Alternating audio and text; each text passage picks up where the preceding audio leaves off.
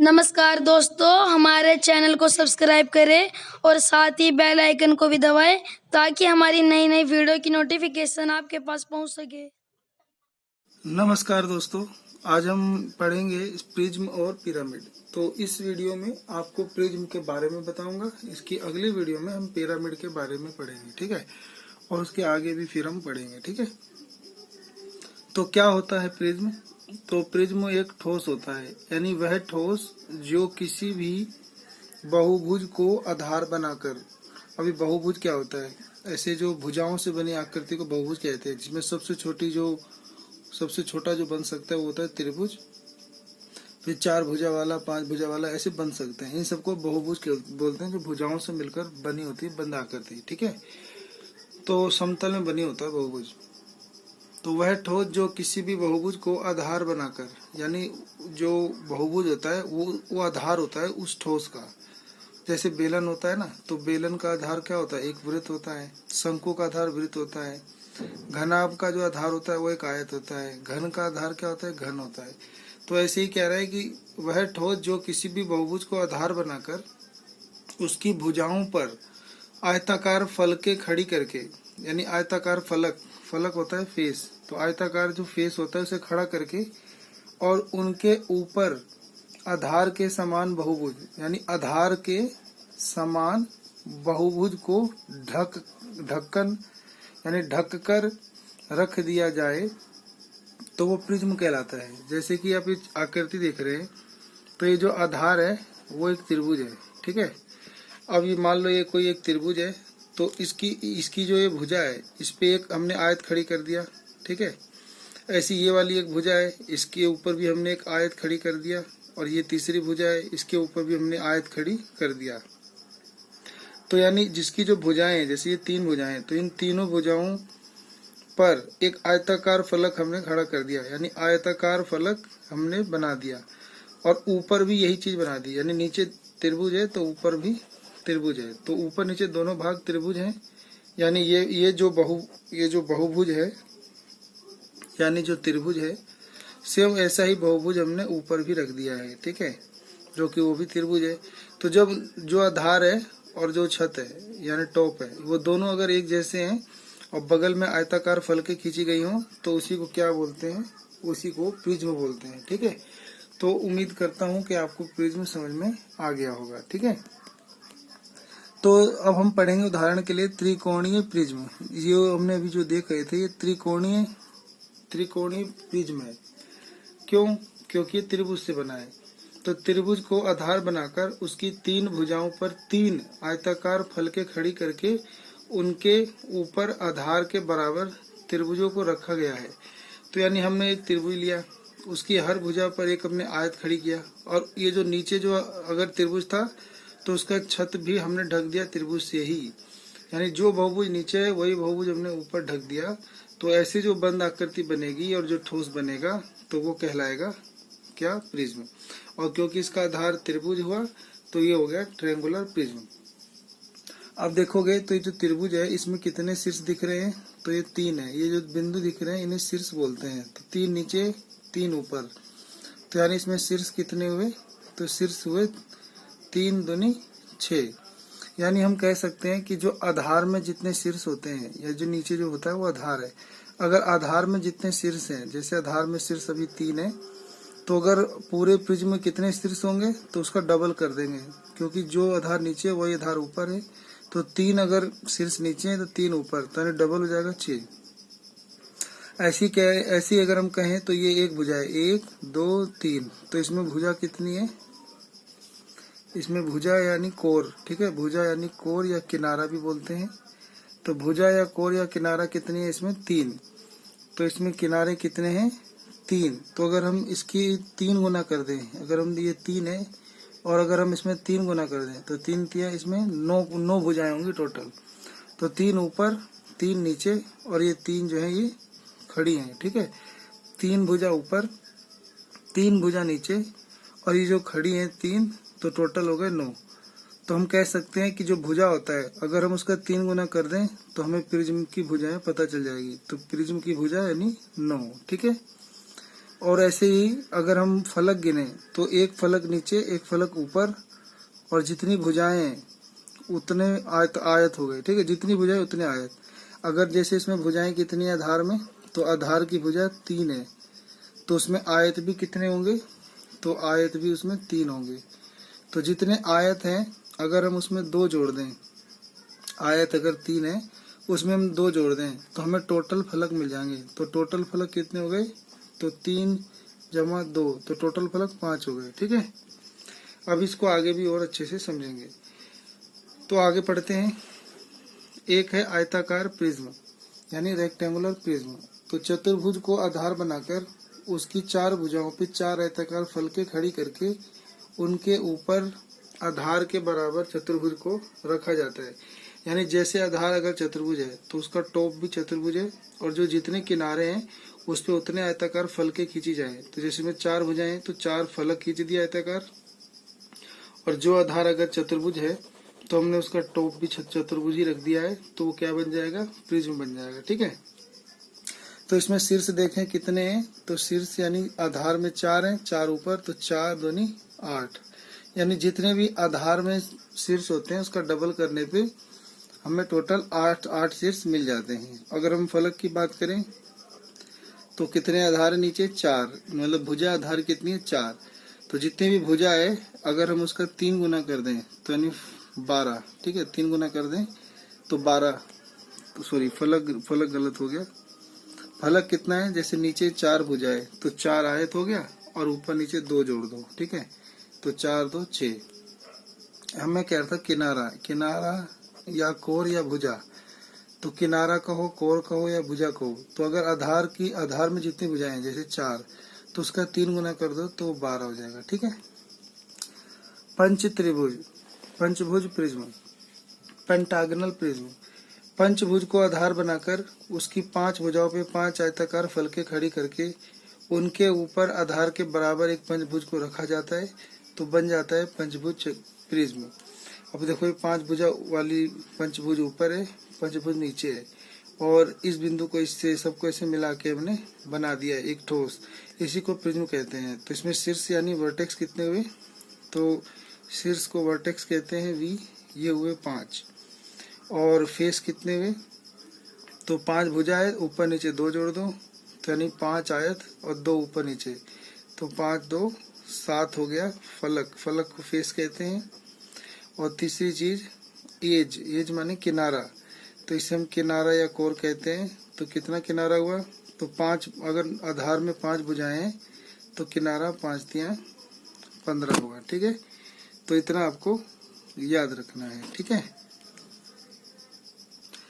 शीर्ष जो है वो 5 दूनी 10 करना था। ठीक है, तो इतना आपको याद करना है। अब यहाँ पर एक ना यूलर फॉर्मूला होता है, यूलर फॉर्मूला, वो भी हम सीख लेते हैं।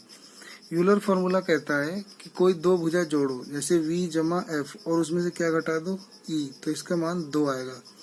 V माने वर्टेक्स यानी शीर्ष, तो शीर्ष देखोगे तो 5 दूनी 10 है। फेस कितना है, 5 2 7 है, तो 10 7 17 हो गया। और एज कितना है, 5 3 15, तो अगर हम 17 में से 15 घटाएं तो 2 ही आएगा। ठीक है, तो ये आपका यूलर फॉर्मूला जो है इस बात की पुष्टि करता है कि प्रिज्म में ये संबंध होता है। तो क्या संबंध होता है कि V जमा F घटा E बराबर 2 होता है। ठीक है, अब हम जानेंगे पार्श्व फलके क्या होते हैं। फलके यानी वही फेस, और पार्श्व माने साइड, तो या फिर कर्ड भी बोलते हैं, तो कर्ड फेस या कर्ड सरफेस भी बोलते हैं इसे, तो कर्ड सरफेस भी बोल देते हैं। तो पार्श्व फलके क्या होते हैं, आधार की भुजाओं पर जो आयताकार फलके खड़ी की जाती हैं उन्हें पार्श्व फलक कहते हैं। यानी जो ये आधार के ऊपर जो हमने आयताकार फलके जो बनाई हैं, तो उन्हीं बस किनारे किनारे को, ऊपर नीचे नहीं, बस किनारे किनारे को जोड़ा जाए तो पार्श्व फलके कहलाती हैं। जो कि इसमें भी 5 दिख रही हैं, क्योंकि 5 भुजाएं हैं तो 5 आयत बनेंगे हर भुजा पे, किनारे वाले, ऊपर नीचे वाले भी नहीं जोड़ने, तो उन्हें पार्श्व फलके कहते हैं। पार्श्व फलकों की संख्या आधार की भुजाओं की संख्या के बराबर होती है। अगर आधार में 5 होंगी ना भुजाएं, तो पार्श्व फलके भी 5 होंगी। कोर को हम किनारा भी बोलते हैं, एज बोलते हैं, या भुजा भी आप कह सकते हैं, ठीक है। तो दो फलकों के संपर्क रेखा को कोर कहते हैं। दो फलकों के संपर्क रेखा को कोर कहते हैं। तो जैसे मान लो ये वाली लाइन है, तो ये लाइन इस आयत को और इस आयत को जोड़ रहा है, तो इस लाइन को ही क्या बोलते हैं, किनारा। तो एक किनारा ये हो गया, एक किनारा ये हो गया, दो ऐसी वाला, 3 4 5, तो 5 खड़े, 5 ऊपर, 5 नीचे, तो यानी 15। तो ये जो 15 भुजाएं या किनारे दिख रहे हैं इन्हें कोर कहते हैं। तो दो फलकों के संपर्क रेखा को कोर कहते हैं। प्रिज्म में कोरों की संख्या आधार में भुजाओं की संख्या की 3 गुनी होती है। तो अगर आधार देखो तो ये पंचभुज है, तो पंचभुज में 5 भुजा होती है, तो 5 को बस 3 से गुना कर दो, तो 5 तिया 15, तो टोटल आपका 15 किनारे होते हैं, ठीक है। तो शीर्ष क्या होता है, प्रिज्म की 3 फलकें जिस बिंदु पर एक दूसरे से मिलती हैं उस बिंदु को शीर्ष कहते हैं। मान लो ये जो बिंदु है, तो एक भुजा ये है, एक भुजा ये है, एक भुजा ये है, यानी एक किनारा ये, एक किनारा ये, एक किनारा ये, एक किनारा ये। तो जहां पर किनारे एक बिंदु पे आकर मिलते हैं उस बिंदु को ही हम बोलते हैं शीर्ष, यानी वर्टेक्स, ठीक है। तो उस बिंदु को शीर्ष कहते हैं। प्रिज्म में शीर्षों की संख्या प्रिज्म के आधार के भुजाओं की संख्या से दुगनी होती है। अगर नीचे देखोगे तो तीन आधार की भुजा है, तो टोटल वर्टेक्स हो जाएगा डबल, 3 दूनी 6, इसमें 6 वर्टेक्स हैं, 6 शीर्ष है, तो 3 नीचे और 3 ऊपर, यानी आधार का डबल, ठीक है। तो इतना आपको याद रखना है। अगला हम पढ़ेंगे यहाँ पे प्रिज्म में कुल फलकों की संख्या पता करनी है। तो आधार में भुजा की संख्या में बस 2 जोड़ देना, ऊपर नीचे वाला, ठीक है। प्रिज्म का पार्श्व पृष्ठ अगर हमें निकालना है, पार्श्व पृष्ठीय क्षेत्रफल, मैं क्षेत्रफल की बात कर रहा हूँ। तो पार्श्व पृष्ठीय अगर क्षेत्रफल निकालना है तो आधार का परिमाप निकाल लेना है, जो भी आपको डायग्राम देगा, और उसको प्रिज्म की ऊंचाई से गुना कर देना है। तो आधार का परिमाप गुना ऊंचाई से आपका प्रिज्म का पार्श्व पृष्ठ क्षेत्रफल आ जाता है। अगर प्रिज्म का संपूर्ण पृष्ठ क्षेत्रफल निकालना है तो पार्श्व पृष्ठ जो ये ऊपर वाला है, यानी आधार का परिमाप गुना प्रिज्म की ऊंचाई, ये निकालकर उसमें जोड़ देना है आधार का क्षेत्रफल का डबल, क्योंकि एक ऊपर एक नीचे होता है, तो इसीलिए एक आधार का क्षेत्रफल निकाल कर उसे 2 गुना कर देंगे, क्योंकि जैसा आधार नीचे वैसा आधार ऊपर होता है, ठीक है। तो 2 फलक को और जोड़ लेंगे उसका क्षेत्रफल, तो आपका संपूर्ण पृष्ठ क्षेत्रफल बन जाएगा। अगर हम प्रिज्म का आयतन की बात करें तो आधार का क्षेत्रफल निकालना है आपको और प्रिज्म की ऊंचाई से गुना कर देना है। तो आधार का क्षेत्रफल गुना ऊंचाई को किसी भी प्रिज्म का या ठोस का आयतन कहते हैं, ठीक है। निम्नलिखित सारणी को पूरा कीजिए। ये प्रिज्म का आधार लिखा है, ये शीर्ष की प्रिज्म का आधार है, जैसे त्रिभुज है आधार, या चतुर्भुज या पंचभुज या षटभुज, ठीक है। शीर्षों की संख्या लिखनी है। तो त्रिभुज में कितने भुजाएं होती हैं, 3, तो 3 का क्या करना है, डबल कर देना है। तो 3 का डबल 6, ऐसे इसमें 4 है तो इसका डबल 8, इसमें पंचभुज में 5 भुजा होता है, उसका डबल 10 शीर्ष, ऐसे षटभुज में 6 होता है तो 6 दूनी 12 शीर्ष, ठीक है। तो शीर्षों की संख्या को वर्टेक्स वी कहते हैं, ठीक है। कोरों की संख्या को एज बोलते हैं, यानी ई। तो ये कितना होता है, तो त्रिभुज में 3 भुजा होता है, तो 3 का 3 गुना 9, चतुर्भुज में 4 होता है, पंचभुज में 5 और षटभुज में 6 होता है आधार में भुजा। तो इनका 3 गुना कर देंगे, तो 6 तिया 18, 5 तिया 15, 4 तिया 12, ठीक है। अब पार्श्व फलकों की संख्या यानी फेस निकालना है एफ। तो एफ निकालने के लिए क्या करते हैं कि पहले तो त्रिभुज है तो उसमें 3 भुजा, चतुर्भुज में 4, पंचभुज में 5 और षटभुज में 6। तो सब में क्या करते हैं कि हम फलकों की संख्या पता करनी है, पार्श्व फलकों की संख्या। फलकों की संख्या, पार्श्व फलकों की संख्या, तो जैसे त्रिभुज है तो इसमें 3 भुजा है तो 3 ही होती है, 4 है तो 4 ही होती है, पंचभुज है तो 5 ही होती है और षटभुज है तो 6 ही। अब फलकों की संख्या, कुल फलकों की संख्या निकालनी है। ये पार्श्व था, ठीक है, यानी किनारा। तो किनारे के लिए तो जितने आधार उतने ही फलक होते हैं, अभी पढ़ा था। तो त्रिभुज में 3 भुजा होते हैं आधार में, तो फलक भी 3 होंगे, ठीक है। कुल कहें तो 3 था त्रिभुज में और 2 जुड़ गया ऊपर नीचे वाला, तो 5, सब में 2 जोड़ देना है। चतुर्भुज में 4 होता है तो 2 जोड़ देंगे 6, पंचभुज में 5 होता है 2 जोड़ देंगे 7, षटभुज में 6 तो 2 जोड़ देंगे 8, ठीक है। तो इसमें 8 टोटल फेस होते हैं, ठीक है। एक त्रिभुजीय आधार वाले प्रिज्म की सभी भुजाओं की लंबाई 5 है और ऊंचाई 2 है। तो त्रिभुजाकार प्रिज्म का पार्श्व पृष्ठ, संपूर्ण पृष्ठ और आयतन ज्ञात करो, ठीक है। तो क्या है कि एक त्रिभुजीय आधार वाला प्रिज्म है, तो जैसे नीचे से अगर त्रिभुज है तो ऊपर से भी क्या होगा, वो त्रिभुज होगा, ठीक है। और इसको मिला दो तो ये ऊंचाई हो जाएगा, ठीक है। तो इसका आधार की लंबाई सारी क्या है, 5-5 है, ठीक है। सभी भुजाओं की लंबाई 5 है, बस ऊंचाई कितनी है, 2 है, ठीक है। यानी ऊंचाई सिर्फ 2 है और सभी भुजा कितनी है, 5 है, ठीक है। अगर ये सभी भुजा 5 है तो एक कैसा त्रिभुज हुआ, वो हुआ समबाहु त्रिभुज। और समबाहु त्रिभुज का आपको दो चीजें पता होनी चाहिए, एक परिमाप, तो परिमाप होता है 3 गुना भुजा, और अगर हम इसके क्षेत्रफल की बात करें तो वो होता है √3/4 भुजा का स्क्वायर। अब ये क्या कह रहा है, एक त्रिभुजीय आधार वाले प्रिज्म की सभी भुजाओं की लंबाई 5 है और ऊंचाई 2 सेंटीमीटर है। तो त्रिभुजीय प्रिज्म का पार्श्व पृष्ठ, संपूर्ण पृष्ठ और आयतन ज्ञात करो। तो पहला हम निकालेंगे पार्श्व पृष्ठ क्षेत्रफल।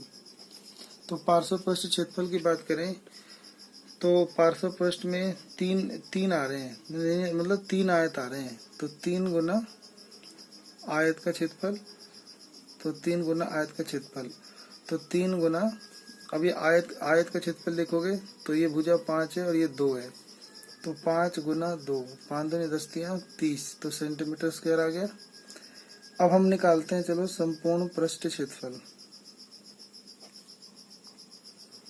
संपूर्ण पृष्ठ क्षेत्रफल निकालने के लिए हम वक्र या पार्श्व पृष्ठ क्षेत्रफल तो जोड़ते ही हैं, और उसके अंदर हम जोड़ देते हैं 2 गुना आधार का क्षेत्रफल, ठीक है, 2 गुना आधार का क्षेत्रफल। तो अभी वक्र 30 आया था और 2 गुना आधार का क्षेत्रफल होता है √3/4 भुजा का स्क्वायर। भुजा 5 था तो 5 गुना 5, बस। अब ये 2 से काट देंगे, 2 दूनी 4, तो 30 जमा 55 25/2 √3, तो बस इतना ही छोड़ देंगे, ये आपका क्षेत्रफल हो जाएगा, ठीक है। नहीं तो पेपर में जो भी आगे ऑप्शन होगा उसके अनुसार करेंगे, ठीक है। √3 का मान 1.73205 याद रखना है, और यूज 1.73 ही करना होता है, ठीक है। अगला हमें आयतन निकालना है। अगर हम आयतन की बात करें तो आयतन हमने पढ़ा था भी आधार का क्षेत्रफल और गुना कर देते हैं किससे, ऊंचाई से। तो आधार का क्षेत्रफल क्या है, समबाहु त्रिभुज का क्षेत्रफल √3/4 भुजा का स्क्वायर, यानी 5 गुना 5, और ऊंचाई कितनी है, 2, तो ये कट जाएगा, 2 दूनी 4, तो 55 25/2 √3, और आयतन क्या होता है, सेंटीमीटर क्यूब, ठीक है। एक आयतीय आधार वाले प्रिज्म की ऊंचाई 10 है और आधार की लंबाई और चौड़ाई क्रम से 8 और 5 सेंटीमीटर है। आयतीय प्रिज्म का पार्श्व पृष्ठ, संपूर्ण पृष्ठ और आयतन ज्ञात कीजिए, ठीक है। तो बस ये तो बहुत सिंपल है, ऐसे आयताकार आधार बना लेंगे, ठीक है। आयताकार आधार थोड़ा टेढ़ा बनाना था, इसे समझ में नहीं आएगा, ठीक है। तो ये आप ना स्वयं करें, ठीक है। पिछले क्वेश्चन में जो आयत का परिमाप होता है, 2 ब्रैकेट लंबाई जमा चौड़ाई लेना है, और जो उसका क्षेत्रफल होता है वो होता है लंबाई गुना चौड़ाई, ठीक है। यहाँ पे पार्श्व पृष्ठ जो क्षेत्रफल है वो निकालने में गलती हो गई है। पार्श्व पृष्ठ क्षेत्रफल ऐसे नहीं निकालते, उसको निकालने के लिए हम आधार का परिमाप लेते हैं, ठीक है ना, आधार का परिमाप, और उसको हम गुना कर देते हैं ऊंचाई से। तो इसमें आधार का परिमाप देखें तो 3 गुना भुजा और ऊंचाई कितना है, 2, तो 5 3 15 दूनी 30, तो ये अब ठीक आया है, ठीक है। एक समषटभुज आधार वाले प्रिज्म की ऊंचाई 5 सेंटीमीटर, ठीक है, और भुजाएं क्रम से 6 और 3 है। एक समषटभुज आधार वाले प्रिज्म की ऊंचाई 5 है और जो भुजा है वो क्रम से 6 और 3 है। तो प्रिज्म का पार्श्व और संपूर्ण परिक्षेत्रफल और आयतन ज्ञात कीजिए। ओहो, ये 5 नहीं है। तो एक समषटभुज आधार वाले प्रिज्म की ऊंचाई और भुजाएं, तो यानी हम ऊंचाई कहें तो वो 6 दिया है, और अगर हम भुजा कहें ए तो वो आपको 3 सेंटीमीटर दिया है, और ये क्या है, समषटभुज, तो यानी 6 भुजा वाला होता है ऐसे, ठीक है। तो पहले तो देखो ये जो नीचे का जो आधार है इसी की बात कर लें, तो आधार का जो परिमाप लोगे तो वो जाएगा 6 गुना भुजा, तो 6 गुना 3 18 ले लोगे परिमाप, और वही जब हम आधार का क्षेत्रफल लेंगे तो इसके अंदर देखा जाए तो इसके अंदर 6 गुना समबाहु त्रिभुज का क्षेत्रफल √3/4 a का स्क्वायर लेना है। ठीक है, तो इससे आपका आधार का क्षेत्रफल कहलाएगा और ये आधार का परिमाप कहलाएगा। अब आपको तीनों चीजें निकल जाएगा। मान लो आपको पार्श्व पृष्ठीय क्षेत्रफल निकालना है, तो आप ले लोगे आधार का परिमाप गुना ऊंचाई, जो कि आधार का परिमाप 6 × 18 और ऊंचाई 6, तो 18 गुना 6 कर देंगे, आंसर आ जाएगा। वही अगर हम संपूर्ण पृष्ठीय क्षेत्रफल निकालेंगे तो पार्श्व पृष्ठीय क्षेत्रफल ले लेना है और प्लस 2 गुना आधार का क्षेत्रफल ले लेना है। ठीक है, तो पार्श्व अभी आपका ऊपर वाला आ जाएगा और 2 गुना आधार का क्षेत्रफल ये ले लेना है। ठीक है, तो 6√3/4 a का स्क्वायर और भुजा a कितना लेना है 3। और मान लो अब आपको आयतन निकालना है, तो आयतन निकालने के लिए आधार का क्षेत्रफल ले लेंगे और उसमें हम गुना कर देंगे ऊंचाई। तो आधार का क्षेत्रफल ये वाला फॉर्मूला लेना है, 6√3/4 a का स्क्वायर और ऊंचाई 6, फिर जो भी आएगा आपका आंसर हो जाएगा। ठीक है, अगला क्वेश्चन है, एक गांव में बह रही नदी की ऊपरी चौड़ाई और तलीय में चौड़ाई क्रमशः 180 और 120 सेंटीमीटर है और नदी की गहराई 80 मीटर है, तो उसके 300 मीटर लंबाई का कितना पानी आ सकता है। ये ना एक घनाभ के जैसा ही चीज बन गया है। ठीक है, तो घनाभ के जैसा ही कोई एक चीज बन गया है जिसमें कह रहा है कि एक गांव में बह रही नदी की ऊपरी चौड़ाई, जैसे ये ऊपर की चौड़ाई कह रहा है। ठीक है, ऐसे बना लो आप। तो ऊपरी चौड़ाई मान लो ये है, तो घनाभ हो गया ना, तो घनाभ थोड़ा ऐसा वाला है। ठीक है, तो इसकी ऊपरी वाली चौड़ाई 180 मीटर, इसे समांतर भुजा ए ले लो, और नीचे वाली समांतर भुजा 120 मीटर ले लो, और गहराई माने ऊंचाई, तो इसकी जो ऊंचाई है वो कितना है 30 मीटर है, और उसके 300 मीटर लंबाई तक कितना पानी आ सकता है। तो पहले तो एक समलंब बन गया, तो पहले हम समलंब का वो निकाल लेंगे क्षेत्रफल, तो लंबाई गुना चौड़ाई करके आ जाएगा 1/2 समांतर भुजाओं का योग गुना ऊंचाई। ठीक है, और फिर उसकी जो लंबाई है उससे गुना कर देंगे। तो पूछा था नदी का आयतन या नदी में कितना पानी आ सकता है, तो 1/2 तल की चौड़ाई, यानी तल की चौड़ाई 120 और नदी की ऊपरी चौड़ाई 180, दोनों जोड़ के ब्रैकेट में गहराई यानी 30 मीटर और नदी की लंबाई 300 मीटर, सबको सोल्व कर देंगे, ये आपका आंसर हो जाएगा। ठीक है, ये आपके होमवर्क के लिए है। एक मिट्टी से बनी दीवार की लंबाई 80 मीटर है, दीवार का आधार 16 मीटर और ऊपर की चौड़ाई 14 मीटर है। यदि दीवार 15 मीटर ऊंची है तो दीवार के निर्माण में कितनी मिट्टी लगेगी। तो मिट्टी का आयतन निकालना है, तो ये आपका आंसर है। इसी फॉर्मूले से आप करेंगे तो आपका हो जाएगा। ठीक है।